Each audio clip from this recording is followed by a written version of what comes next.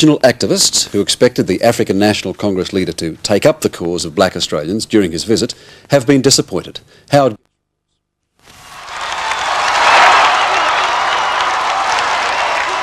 Everywhere he goes, the message is the same, and it's the message they all want to hear. Apartheid is doomed. South Africa shall be free. Your fight against apartheid is our fight against apartheid, and we hope you will never forget it. And the message they give back to him is the same the world over. Nelson, we welcome you here today, not simply as a distinguished visitor to our country, but we welcome you as a modern-day hero whose personal struggle and personal achievements have been admired by so many Australians. Looking at that, it's hard to believe just 8 months ago, Nelson Mandela was serving his 27th year in prison for belonging to what was allegedly a terrorist organisation.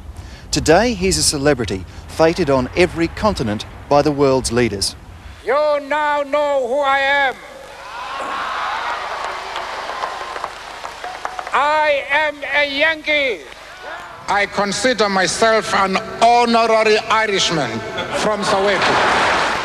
By now, Nelson Mandela is probably an honorary citizen of most of those countries he's visited.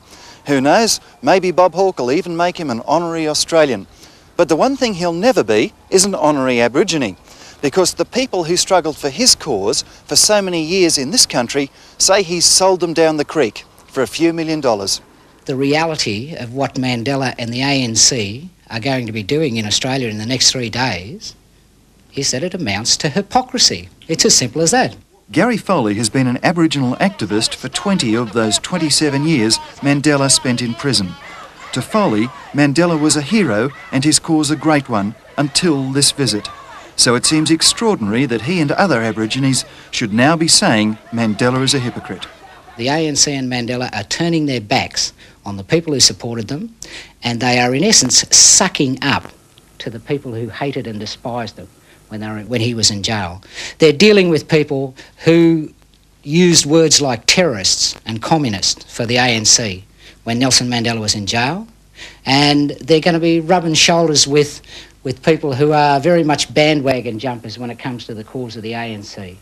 Now, that in anybody's terms is political hypocrisy. The crux of the issue is Mandela's refusal to comment on Aboriginal issues. The Aborigines see this as blatant betrayal. Mandela has a different way of explaining it. Well, we do not wish to get involved in the internal affairs of every country. So ordinary Australians understand your struggle and they sympathise with it. They recognise the fundamental evil of the system of apartheid and the moral bankruptcy of successive South African governments which have upheld it. He's made a terrible error of judgment in coming to Australia in the manner in which he has done, and we would have hoped that he would have made a statement whilst he was here about the treatment of Aboriginal people.